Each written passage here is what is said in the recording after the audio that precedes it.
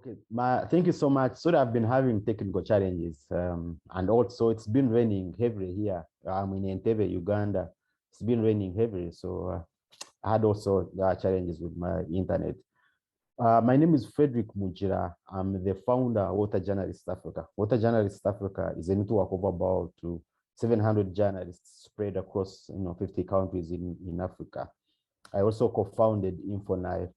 Infonai is a geo-journalism platform. So we purely do geo-journalism, and we report around issues of climate change, water, and wildlife.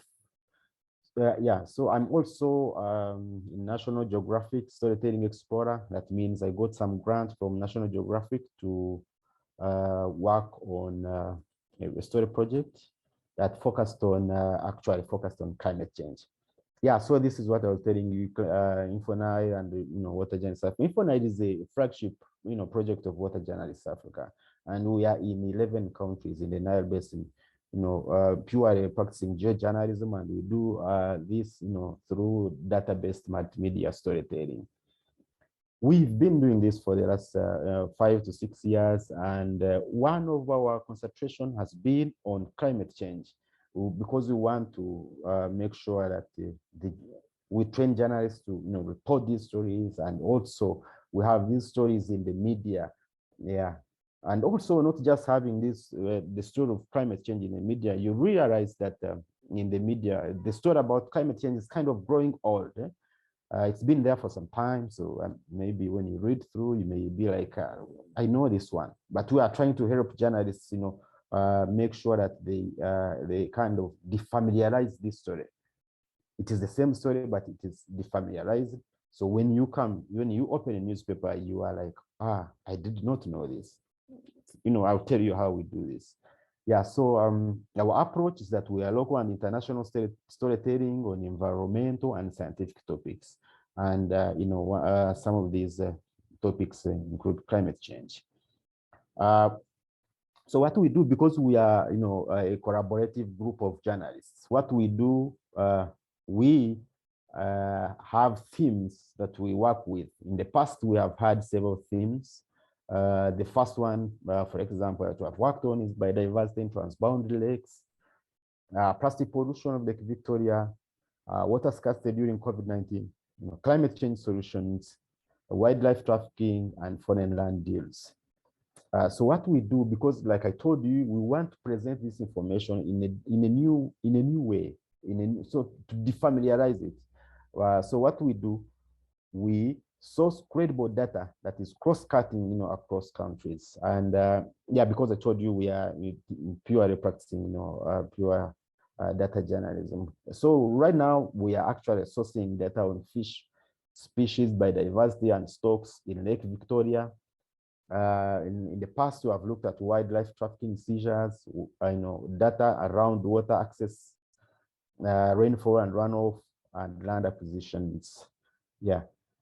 So then, what we have done is that because we work with journalists, and we are actually not a media house, as we would say, we are an NGO that focuses purely on bringing together journalists and yeah, in the region. So when we receive grants from funders, we call for pitches from local journalists in the 11 countries in the Nile Basin. So these are journalists that are in our network. So we send out a call, and then journalists apply, and then yeah, so we give them money to do different stories. We've done stories, radio, TV, print, and online. And most of these, if you look through, really, they rotate on climate change, because you do really wonder that's the trend, that is what is trending mostly in environmental reporting. There are several other issues, but if you call for a pitches from journalists, probably 6 or 7 out of 10 will give in pitches around climate change, yeah, mitigation and adaptation, and stuff like that. So when we finally select journalists to work with, we mentor and train them in data journalism and environmental and science reporting.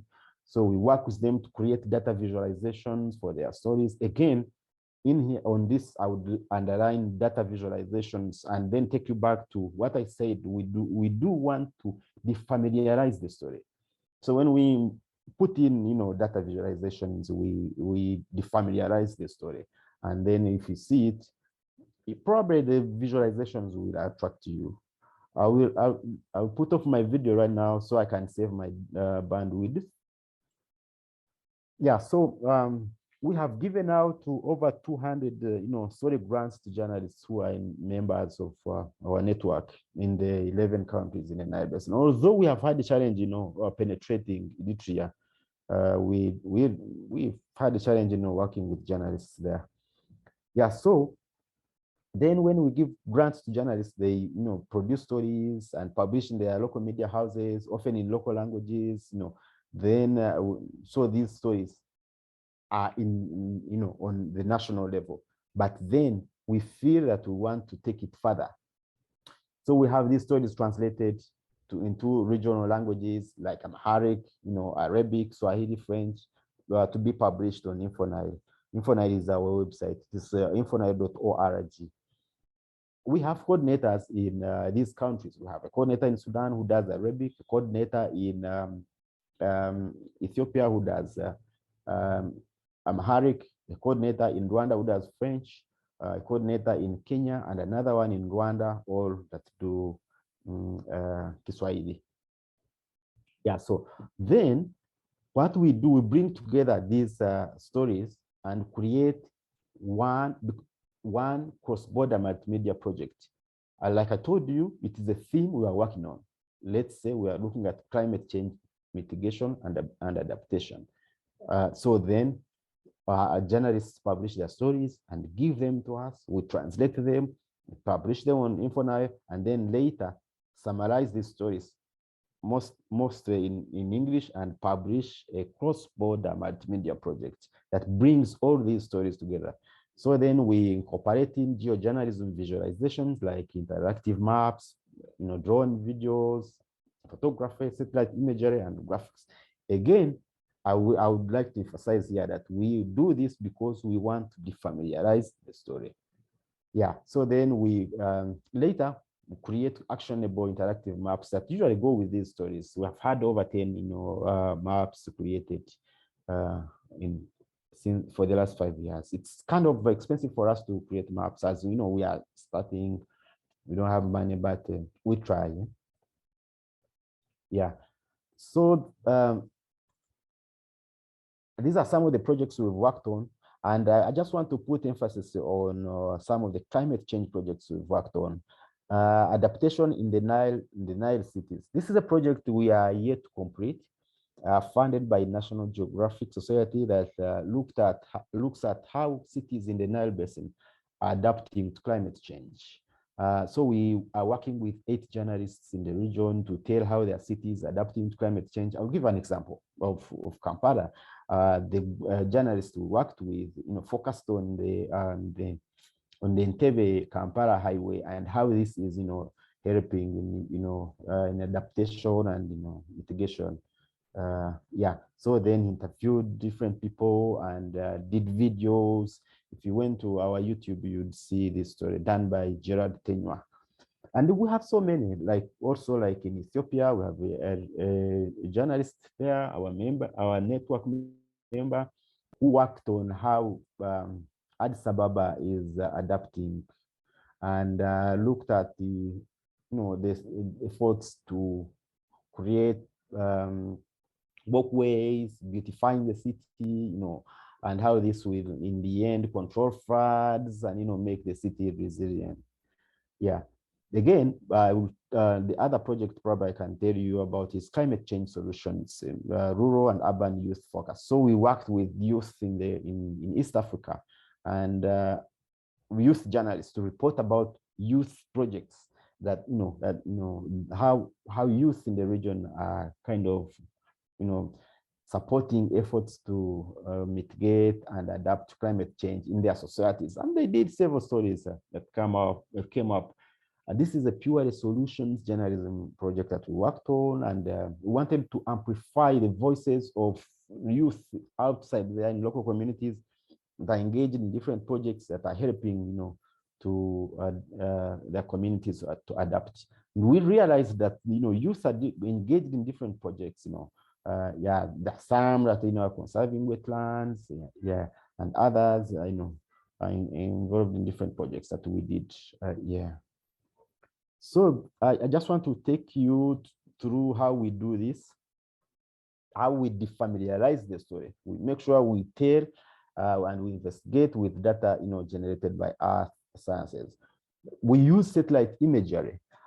So we've been doing this for the last 5 years, using satellite imagery to tell our stories. And because we want to have eyes in the sky that, help us look what is down, and so we can be able to monitor vegetation health, track droughts, and stuff like that, to see what is changing, especially focusing on the changing human prints on the earth. Yeah, we've done this, and we've looked at growing cities and settlements. Yeah, so we purely use this to track and identify human activities. Yeah, and then also we've been using juxtaposing. So then we went in our studies, and when we train journalists, we make sure that they use these tools. These are geo-journalism tools that we think will help us defamiliarize the story.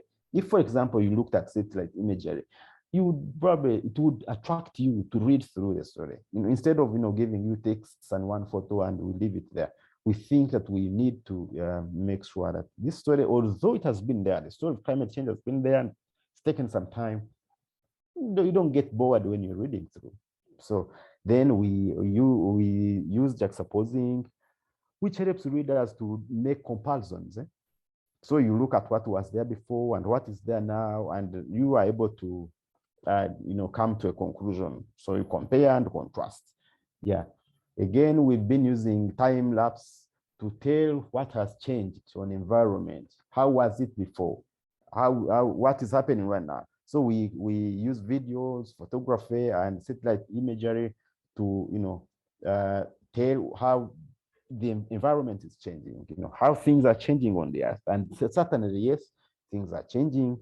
And yeah, so we are in a project to make sure that we buy cameras that we can position at certain places, so they stay there, for example, for a year, 2 or 3, and capture all the changes, and then we are able, to tell these stories. Yeah, powerful, and because this will help, create deep, powerful emotions, give the great understanding. And again, this takes our readers to stories where stories live, because stories do not live in newspapers or online on internet. They have a place where they originate from. Yeah, so it helps to to tell our readers where these stories live. Yeah. Yeah, we've been using drone images, and then this again, these are aerial images, and they help us reach difficult areas to cover. Especially, as journalists, we face great challenges reaching all these places that you would want to capture and show to the audience that the landscape is changing because of climate change, because of this or private, trees have been planted. We want to show you the solution journalism story of how things have changed on the good side. So then we are able to use the drone images to reach areas where we will not be able to walk to. Again, we are using data because data is credible, easy to understand, puts news in context. Yeah, so that's why we use data.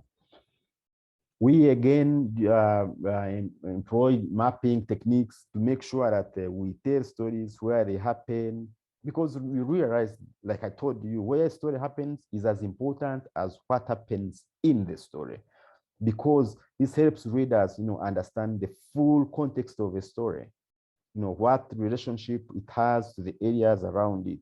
Yeah, so that's how we've been using mapping and adding layers on additional, on original maps that we have. That's the map we created, and we added stories onto this map, the map of the Nile Basin. Those that you see red and green stuff, those are stories that were done by our reporters. So we helped to map the stories that were done by reporters to show people where these stories were done from, and yeah. So as I come to the end, I just want to take you through lessons learned. We realize that storytellers and media houses still choose to go it alone instead of collaborating. This is, I mean, what we should be talking about, sort of climate change that we need to talk about. And it does not only affect Uganda, it crosses to Kenya, Tanzania, Sudan, but you realize that storytellers and media houses still choose to go alone, and they write small stories, and then it is extremely hard to tell the impact of climate change because our story is focused on rural, on small communities. Again, when we are familiarizing, we need to use data, but we realize that storytellers have no or have little or no exposure to data journalism. Again, little or no exposure to collaborative journalism. As I told you, journalists, storytellers want to work alone. You would find that a blogger will go online and want to write those stories alone. But these are stories that cross-cut. What if I told this story with a friend, in Ethiopia or Sudan? In some countries, as you realize, issues of transboundary resources are not open to the public. Yeah, you can take an example of water. If you wanted to focus, for example, on how climate change has affected the River Nile and stuff like that, maybe in some countries in the Nile Basin, you will not have chance to do investigation because these countries look at such you writing these stories, and I mean, they may not allow you to write about these such stories. Little budget to take on such expensive projects because journalists don't have money. Most of the media houses in the region are privatized. So there's a big challenge, between ethics and profits. Media houses, most of them are, focusing on profits instead of, ethics to bring out such stories. Concentration on easy to report topics such as entertainment and politics by the storytellers, because they think probably it is easy to do entertainment. You find someone blogging, or maybe media houses, having stories on entertainment, politics, because these journalists will sit on the desk and write these stories instead of climate change, where you go to investigate. Competition versus collaboration. Most media houses want to compete. They do not want to work together. So they think because they are targeting money, they want to compete instead of working together. Yeah. This is the last slide. We think that this is helping us. This approach is helping us in enabling us, to defamiliarize stories, to bring stories in another version. They are the same stories, sort of climate change, but we bring it to you in another version. It has satellite imagery, it has data, it has drone images, it has videos, it has photos. So then, if you are a youth and you don't want to read boring stuff, maybe you'll be attracted by videos. If you are a scientist and you don't want to read texts, maybe you'll be attracted by satellite imagery, maps. So then you can read and get the information. Enables journalists, media houses to go far beyond what they may not be achieved on their own because they have no money. But when they collaborate, when we train them in data visualizations, in geojournalism, I mean, they get skills and they can go, far. Partnerships and network opportunities. We've done this for journalists and storytellers. Funding opportunities, pitching skills, because we are training journalists and storytellers to pitch, know how to pitch, because for you to pitch to us, certainly you have to again read and know how to pitch to us. Easy to link to scientists and journalists and academic institutions and other experts. You realize that the storytellers are out there. They may know the information, but they cannot quote themselves. They do. Hi, Fredrick. We need to wrap up soon, maybe 1 or 2 minutes. Right. That's right. Yeah. So then when we bring together scientists and journalists, and we kill that trust gap, they work together. It helps to bring credible stories. We mentor. We'll give them mentorship opportunities. This also enables regional and global effects, e.g., the Pandora Papers. What happened. There were 117 media outlets that worked on these papers. Yeah, this is what I have. Thank you so much for the opportunity.